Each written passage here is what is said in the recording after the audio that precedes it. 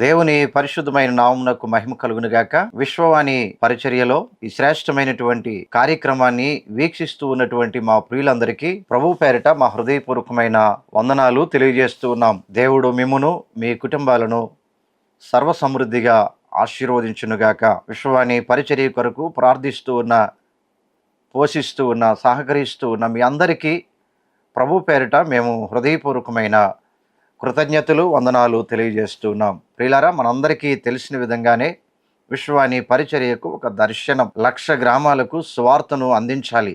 2,000 మంది మిషనరీస్ కావాలి. ఆంధ్రప్రదేశ్లో, తెలంగాణలో 8,000 గ్రామాలకు సువార్తను ప్రకటించి సంఘాలను స్థాపించాలి. దేవుని విశేషమైన కృపలో భారతదేశంలో తెలుగు రాష్ట్రాలలో మరి విశేషంగా అనేకులు ప్రార్థించి ఈ పరిచర్య వెన్నంటి ఉండి గ్రామాలను దత్తత చేసుకొని బాక్సెస్ ద్వారా అనేక విధాలుగా ఈ పరిచర్యను ఎత్తిపడుతూ ఉన్నారు.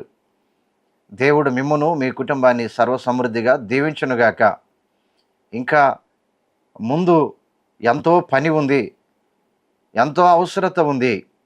ఎన్నో గ్రామాలకు సువార్తను మోసుకుని వెళ్ళాలి. ఎంతోమంది సేవకులను మిషన్ ఫీల్డ్స్కు పంపించాలి. కాబట్టి ప్రార్థించండి.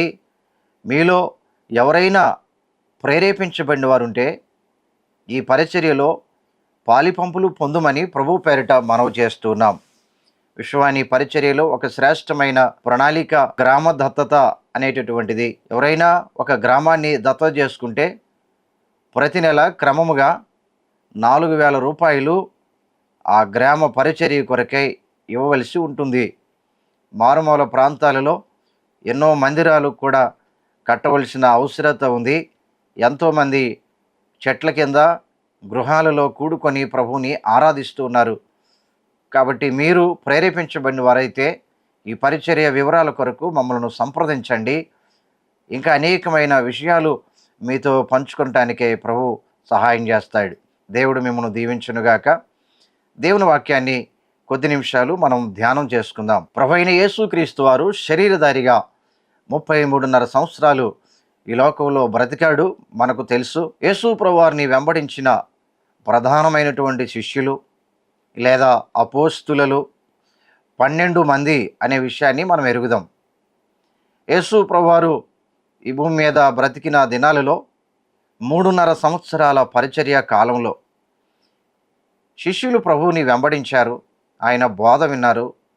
ఆయన చేసిన ఆశ్చర్య కార్యాలు చూశారు. సూచక క్రియలు చూశారు. పరలోకమును గూర్చి, పరిశుద్ధతను గూర్చి, నీతిని గూర్చి, తీర్పును గూర్చి, పాపమును గూర్చి ఆయన మాట్లాడుతూ ఉన్నప్పుడు ప్రియులారా, శిష్యులందరూ కూడా విన్నారు. 12 మంది శిష్యులు ప్రభువు కొరకై తమకు తాము అప్పగించుకొని చివరికి ప్రియులారా, ప్రభువు కొరకై ఒక శిష్యుడు తప్ప మిగతా వాళ్ళందరూ కూడా హతసాక్షులు అయిపోయారు అని చరిత్ర వ్రాయబడినటువంటి ప్రాముఖ్యమైన విషయాలు. ప్రియులారా, ఇటు శ్రేష్టమైనటువంటి అపోస్తులలో శిష్యులలో ఆంద్రేయ. ఎవరి ఆంద్రేయ అనేటటువంటి విషయాన్ని మనం గమనించినప్పుడు ఆంద్రేయ 12 మంది అపోస్తులలో ఒకడు. రెండవదిగా ఈ ఆంద్రేయ సీమోను పేతురు యొక్క సహోదరుడిగా బైబిల్ గ్రంథంలో వ్రాయబడింది. 1వ అధ్యాయము మార్కు సువార్త 16వ వచనం. ఆయన గలిలయ సముద్ర తీరమున వెలుచుండగా సీమోను సహోదరుడగు ఆంద్రేయు సముద్రములో వలలు వేయుట చూచెను. కాబట్టి ఈయన బేత్సయిదా గ్రామానికి చెందినవాడు. ఈయన సీమోను పేతురు యొక్క సహోదరుడు. ఈయన చేపలు పట్టే జాలరి అనే విషయాన్ని మనం చూస్తూ ఉన్నాం. ప్రియులారా, ఆంద్రేయ అనే మాటకు అర్థము ఏమిటి అని అనగా ధైర్యవంతుడు అని అర్థము. ప్రియులారా, మత్తయి సువార్త 4వ అధ్యాయం 18వ వచనములో యేసుక్రీస్తు ప్రభువారు ఆంద్రేయను, పేతురును తన శిష్యులుగా ఉండటానికి పిలిచాడు. ఆంద్రేయ ఎవరు అని అంటే యేసుక్రీస్తు ప్రభువారి యొక్క శిష్యుడు. మార్కు సువార్త 1వ అధ్యాయం 16 నుంచి 20 వచనాలు మనం చదివితే యేసుక్రీస్తు ప్రభువారిని వెంబడించినటువంటి శిష్యునిగా కనిపిస్తూ ఉన్నాడు. కాబట్టి శిష్యుడిగా ఉండి ప్రభువును వెంబడించే క్రమములో ఉన్నవాడు. యోహాను సువార్త 6వ అధ్యాయము చదివితే యేసుక్రీస్తు ప్రభువారు దేవుని రాజ్యమును గురించి ప్రకటిస్తూ ఉండగా జన సమూహాలు ప్రభువైన యేసుక్రీస్తును వెంబడిస్తూ ఉన్నారు. అనేకులు ప్రభువైన యేసుక్రీస్తు వారి యొక్క ప్రసంగాన్ని విని ఆకలిని మైమరిచిపోయిన వారిగా 3 దినాలుగా ప్రభువుతో ఉండి ప్రభువును వెంబడిస్తూ ఉన్నటువంటి వారిగా మనం చూస్తాం. అయితే ప్రభు అన్నాడు, యోహాను సువార్త 6వ అధ్యాయము 5వ వచనం 2వ భాగంలో ప్రభు అద్భుతమైనటువంటి మాటలు తన శిష్యులకు చెబుతూ ఉన్నాడు. వీరు భుజించుటకు ఎక్కడ నుండి రొట్టెలు కొని తెప్పించమని ఫిలిప్పును అడిగాను. అనేకులు ప్రభువుని వెంబడిస్తూ ఉన్నారు, ఆయన వాక్యాన్ని వింటూ ఉన్నారు, ఆకలిని మైమరిచిపోతూ ఉన్నారు. కానీ ప్రభు వారి యొక్క ఆకలిని గమనించిన వాడిగా ఉండి శిష్యులను అడుగుతూ ఉన్నాడు, వీరు భుజించుటకు రొట్టెలు కావాలి అన్నాడు. ప్రియులారా, అలాంటి పరిస్థితులలో రొట్టెలు కావాలి అని అంటే అక్కడ లభ్యము కావు. వేరే గ్రామానికి పోవాలి, అక్కడ నుండి ఆహారాన్ని కొని తీసుకురావాలి. అయితే అక్కడ శిష్యులలో ప్రధానమైనటువంటి ఈ శిష్యులు ఫిలిప్పు, ఆంద్రేయ ఇద్దరు కూడా జనసమూహంలోనికి వెళ్ళారు.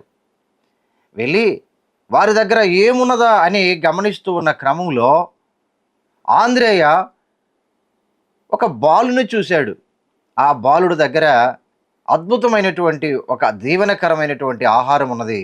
యేసుక్రీస్తు ప్రభు దగ్గరికి ఆ విషయాన్ని తీసుకొని వచ్చాడు. 6వ అధ్యాయం 8వ వచనంలో యోహాను సువార్త, సీమోను పేతురు సహోదరుడైన ఆంద్రేయ ఇక్కడ ఉన్న ఒక చిన్నవాని యొద్ద 5 యవల రొట్టెలు 2 చిన్న చేపలు ఉన్నవి, కానీ ఇంతమందికి ఇవి ఏమాత్రము అని ఆయనతో అనగా. అంటే ఇప్పుడు ఆంద్రేయ ప్రభువైన యేసుక్రీస్తు వారి దగ్గరకు వచ్చి, బాలుడు ఉన్నాడు, ఆ బాలుడు దగ్గర ఆహారం ఉంది, 5 రొట్టెలు ఉన్నాయి, 2 చిన్న చేపలు ఉన్నాయి అని ప్రభువు దగ్గరకు సమాచారం తీసుకుని వచ్చాడు. ప్రియులారా, మనం ఆంద్రేయను మనం గమనించినప్పుడు ఆంద్రేయ ఎలా కనిపిస్తూ ఉన్నాడు అని అంటే, ప్రభువు ఆజ్ఞ మేరకు ప్రభువు పంపగా ఆ ప్రజల మధ్యకు వెళ్ళాడు, వారిని గమనించాడు. ఆకలితో ఉండేటటువంటి ప్రజలు అక్కరను తీర్చడానికి ఎవరి దగ్గర వనరులు ఉన్నాయి, ఎవరి దగ్గర ఆహారం ఉంది అనే విషయాన్ని తన మనస్సులో పెట్టుకొని, ప్రియులారా, ఆయన చూస్తూ ఉన్న క్రమంలో ఆయనకు కనబడిన అద్భుతమైన దీవెనకరమైన విషయం ఏంటి అని అంటే, ఆ చిన్న బాలుడు 5 రొట్టెలు 2 చిన్న చేపలు.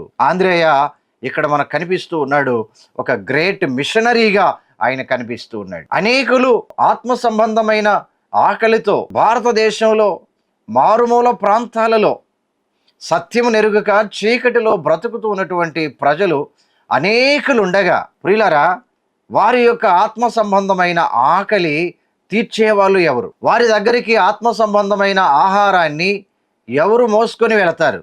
ఎవరు వాళ్ళ యొక్క హృదయంలో ఉండే శూన్యాన్ని నింపుతారు? ఎవరు ఆ ప్రజలకు ప్రభువైన యేసు క్రీస్తు వారి యొక్క ప్రేమను ప్రకటిస్తారు? ఆంద్రేయ అంటూ ఉన్నాడు, యేసు ప్రభు దగ్గరకు వచ్చి, అయ్యా, ఒక బాలుడు ఉన్నాడు, ఆ బాలుడు దగ్గర 5 రొట్టెలు ఉన్నాయి, 2 చిన్న చేపలు ఉన్నాయి అన్నాడు. ప్రభు అన్నాడు, వెంటనే వాటిని తీసుకుని రండి. 11వ వచనంలో యేసు ఆ రొట్టెలు పట్టుకొని కృతజ్ఞతాస్తుతులు చెల్లించి కూర్చున్న వారికి వడ్డించెను. అలాగున చేపలు కూడా వారికి ఇష్టమైనంత మట్టుకు వడ్డించెను. వారు తృప్తిగా తినిన తరువాత ఏమీ నష్టపడకుండా మిగిలిన ముక్కలు పోగు చేయుడని తన శిష్యులతో చెప్పాను. మనం గమనించినప్పుడు 13వ వచనంలో, వారు భుజించిన తర్వాత వారి యొద్ద మిగిలిన యవల రొట్టెలు ముక్కలు పోగు చేసి 12 గంపలు నింపిరి అనే మాటను మనం చదువుతూ ఉన్నాం. ఈ వచనాల దగ్గర ఆంద్రేయ ఏం చేశాడు అని అంటే, ఆంద్రేయ యొక్క పోర్షన్ ఏంటి అని అంటే, పలానా వ్యక్తి ఆహారం కలిగి ఉన్నాడు, పలానా వ్యక్తి దగ్గర చిన్న వనరు ఉంది అని ప్రభువు దగ్గరకు ఒక మంచి సమాచారాన్ని తీసుకొని వచ్చాడు.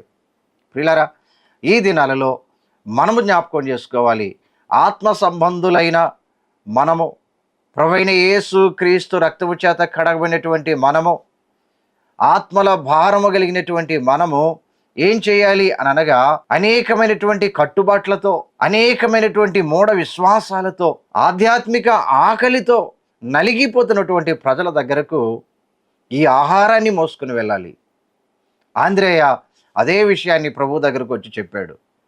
ప్రియులారా, ఆంద్రేయ ఒక మిషనరీగా మనకు కనిపిస్తున్నట్టుగా మనం చూస్తూ ఉన్నాం. ప్రియులారా, ఇంకా మనం గమనించినప్పుడు యోహాను సువార్త 12వ అధ్యాయము 20వ వచనం.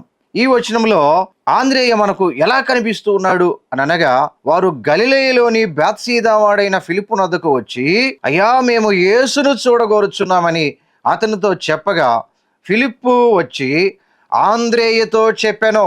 ఆంద్రేయు ఫిలిప్పును వచ్చి యేసుతో చెప్పిరి. ప్రియులారా, ఈ వచనం దగ్గర ఫిలిప్పు, ఆంద్రేయ ఇద్దరూ కలిసి ఒక అద్భుతమైనటువంటి పని చేస్తూ ఉన్నారు.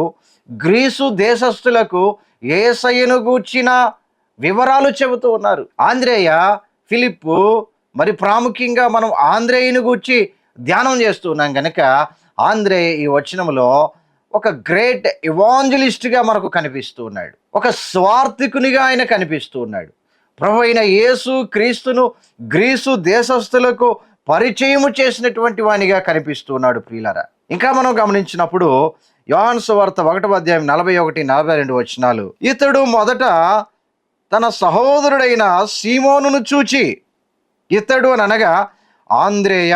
ఆంద్రేయ తన సహోదరుడైన సీమోనును చూచి, మేము మెస్సయ్యను కనుగొంటిమని అతనితో చెప్పి యేసునొద్దకు అతను తోడుకొని వచ్చాను. అద్భుతమైనటువంటి మాట. ఆంద్రేయ అనేకులను ప్రభువైన యేసు క్రీస్తు దగ్గరకు నడిపించినటువంటి వాడు. ఆంద్రేయ ఒక మిషనరీ, ఒక ఇవాంజలిస్ట్, అనేకులను ప్రభువు కొరకు సంపాదించినటువంటి వాడు. తన సహోదరులను ప్రభువుకు పరిచయం చేసినటువంటి వాడు. కాబట్టి ప్రియులారా, ఆంద్రేయ అనేటటువంటి మాటకు ధైర్యవంతుడు అనేటటువంటి అర్థం వస్తూ ఉంది. ఇన్ని శ్రేష్టమైనటువంటి గుణలక్షణములు కలిగినటువంటి ఆంద్రేయ అపోస్తలుడుగా పిలువబడినటువంటి వారిలో శిష్యుల జాబితాలో ఉండటం ఒక దీవెనకరమైనటువంటి విషయం. ప్రియులారా, ఆత్మలను ప్రభువు కొరకు సంపాదించినటువంటి వానిగా ఉండి ఆయనను గ్రీసు దేశంలో ఎక్స్ ఆకారములో ఉండినటువంటి ఒక శిలువ మీద ఆంద్రేయ ప్రభువు కొరకు హతసాక్షి అయ్యాడు అని చరిత్ర చెబుతూ ఉంది. ఈ దినాలలో ప్రియులారా, ప్రభువైన యేసు క్రీస్తును అంగీకరించినటువంటి మనము ధైర్యవంతులము కావాలి. తిమోతికి అపోస్తలుడైన పౌలు గారు రాసిన 2వ పత్రిక 1వ అధ్యాయం 7వ వచనం, దేవుడు మనకు శక్తియు ప్రేమయు ఇంద్రియ నిగ్రహమును గల ఆత్మను ఇచ్చిన గాని పిరికితనము కలిగినటువంటి ఆత్మను ఇయ్యలేదు. ఆంద్రేయ వలె ప్రియులారా, మనం ప్రభువు కొరకు నిలబడాలి. ఆంద్రేయ వలె అనేకులకు ప్రభువును పరిచయం చేయాలి. ఆంద్రేయ వలె సహోదరులను సోదరీలను ప్రభువైన యేసు క్రీస్తు వారి యొద్దకు తీసుకుని రావాలి. ఆంద్రేయ అనే మాటకు ధైర్యవంతుడు.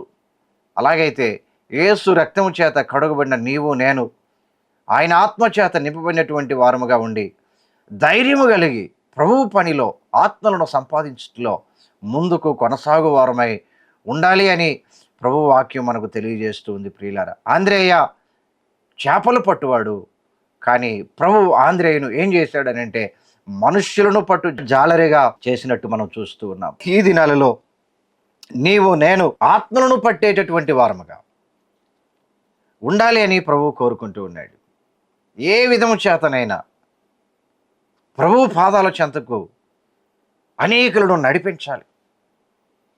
ప్రార్థన చేయుట ద్వారా, సువార్త ప్రకటించడం ద్వారా, పరిచర్యను ప్రోత్సహించుట ద్వారా, మిషనరీస్ను పోషించుట ద్వారా, మందిరాలను కట్టుట ద్వారా అనేకులను ప్రభువైన యేసు క్రీస్తు వైపుకు నడిపించే వారమై ఉండాలి అని ఈ అంత్య దినాలలో ప్రభు కోరుకుంటూ ఉన్నాడు.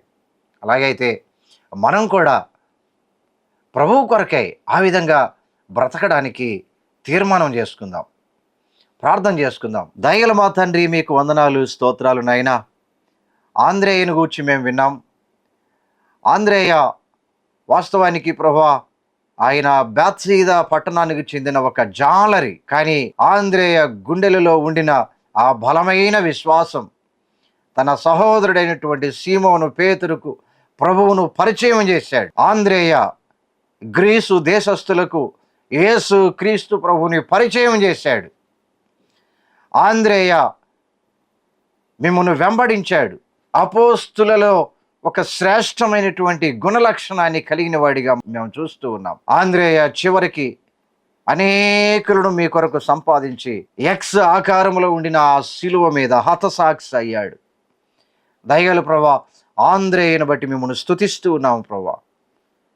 ఆంద్రేయ హృదయంలో ఉండిన ఆత్మ ఈ దినాన వాక్యం వినటువంటి మా ప్రియులందరి హృదయంలోనికి మీరు పంపించండి. మేమందరము అలాగున ప్రభా మీ ప్రేమ, మీ కృప, మీ దయ, మీ కటాక్షమును పొందుకొని మీ స్వార్థ కొరకు, మీ రాజ్య నిర్మాణం కొరకు పనిచేయ వారముగా ఉండుటకు మీ కృప దయచేయమని, వాక్యాన్ని విన్నటువంటి మా ప్రియుల హృదయాలను బలపరచమని, కుటుంబాలను దీవించమని, మా దేశమును మా రాష్ట్రమును మీరు ఆశీర్వదించమని మా ప్రభు అయిన యేసు క్రీస్తు జీవం గల నామములో ప్రార్థించి వేడుకొనుచున్నాము తండ్రి. ఆమెన్.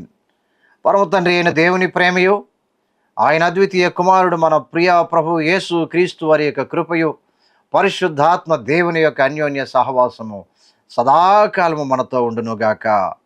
Amen, amen, amen. దేవుని పరిశుద్ధ నామంలో అందరికీ వందనాలు తెలియజేస్తున్నాను. నా పేరు ప్రభాత్ కుమార్ శామ్, నా మిస్సెస్ మేరీ జాక్కుల్.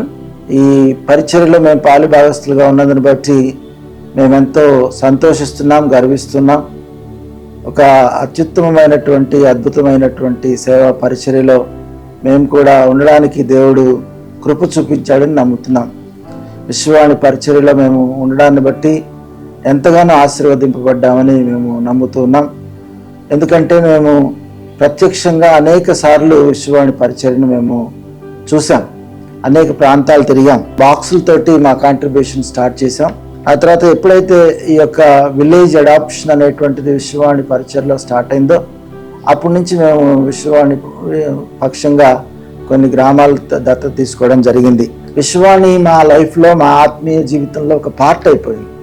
ఎందుకంటే మేము ప్రత్యక్షంగా వాళ్ళ యొక్క పరిచర్యని మేము చాలా నిశితంగా పరిశీలించాం. మేము ప్రస్తుతం మా సొంతంగా 4 గ్రామాలని మేము దత్తత తీసుకోవడం జరిగింది. అలాగే ఆవిడ యొక్క ప్రోద్బలంతో మా బంధువుల్లో ఇంకా మరి 3 తీసుకున్నారు. నేను ఇవ్వడం అంటే దేవుడు ఇచ్చాడు కాబట్టి దేవుడి యొక్క ప్రేరేపణతో ఇస్తున్నాను, నా గొప్పతనం ఏం లేదు. మేము ఇచ్చేటువంటి కాంట్రిబ్యూషన్ విశ్వవాణి ద్వారా 100% దేవుని సేవకే వినియోగింపబడుతుంది. ఎక్కడ ఏ దశలో కూడా దుర్వినియోగం కావట్లేదు అనేటువంటిది నేను ఘంటాపదంగా చెప్పగలను. ఎందుకంటే ప్రత్యక్షంగా చూశాను, నేను అనుభవిస్తూ ఉన్నాను. నేను ఆ యొక్క పరిచర్య యొక్క ఫలితాలని, పరిచర్య యొక్క తీరుని నేను గమనిస్తున్నాను. అందరికీ నేను విన్నపం చేసేది ఏంటంటే, మరి విశ్వవాణి పరిచర్యని మీరు పరిచయం పెంచుకోండి, గమనించండి, పరిశీలించండి. మీకు ప్రేరేపణ కలిగితే ప్రతి ఒక్కరు కూడా విశ్వవాణి పరిచర్యలో పాలుభాగం చెందాలని నేను కోరుకుంటూ వందనాలు తెలియజేస్తూ ఉన్నాను.